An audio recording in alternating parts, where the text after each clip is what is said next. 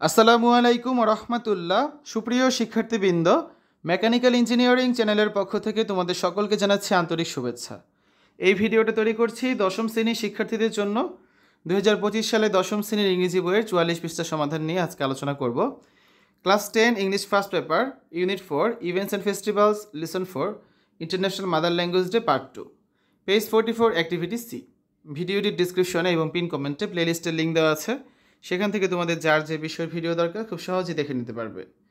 গত ক্লাসে আমরা 44 পৃষ্ঠার অ্যাক্টিভিটি বি এর সমাধান করেছি। এখানে একটা টেক্সট ছিল মাদার ল্যাঙ্গুয়েজ ডে নিয়ে, তো আমরা টেক্সটটার সম্পূর্ণটা বাংলা অর্থ সহ তোমাদের সামনে উপস্থাপন করেছিলাম। যারা দেখোনি আমাদের চ্যানেল থেকে গত পর্বটি দেখে নিতে পারো।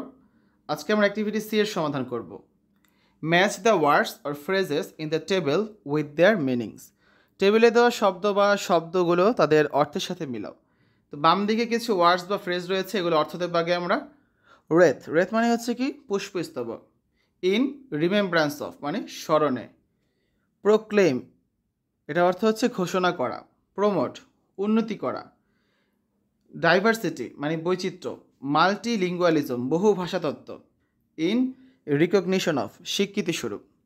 এবার আসলে ডান দিকে কিছু মিনিং বা অর্থ দেওয়া আছে, এগুলো দেখি আমরা। এনকারেজ মানে হচ্ছে কি উৎসাহিত করা বা সমর্থন করা। ইন অ্যাপ্রিসিয়েশন অফ মানে মূল্যায়ন করা।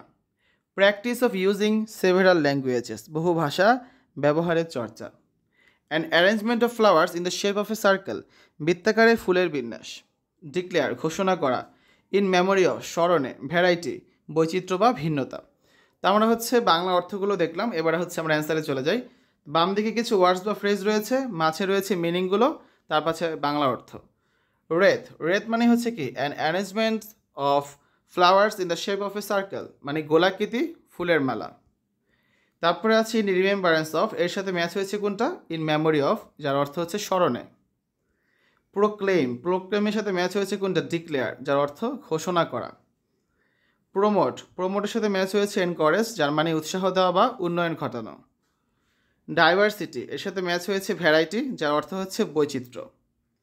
মাল্টিলিঙ্গুয়ালিজম এর সাথে ম্যাচ হয়েছে practice of using several languages, যার অর্থ হচ্ছে একাধিক ভাষা ব্যবহারের চর্চা। ইন রিকগনিশন অফ এর সাথে ম্যাচ হয়েছে কোনটা ইন অ্যাপ্রিসিয়েশন অফ, যার অর্থ স্বীকৃতি স্বরূপ বা কৃতজ্ঞতা প্রকাশে। ঠিক আছে, তো আমরা অ্যাক্টিভিটি সি এর সমাধান করেছি। পরবর্তী ক্লাসে অ্যাক্টিভিটি ডি, অ্যাক্টিভিটি ই এবং অ্যাক্টিভিটি এফ এর সমাধান আমরা তোমাদের করে দিব।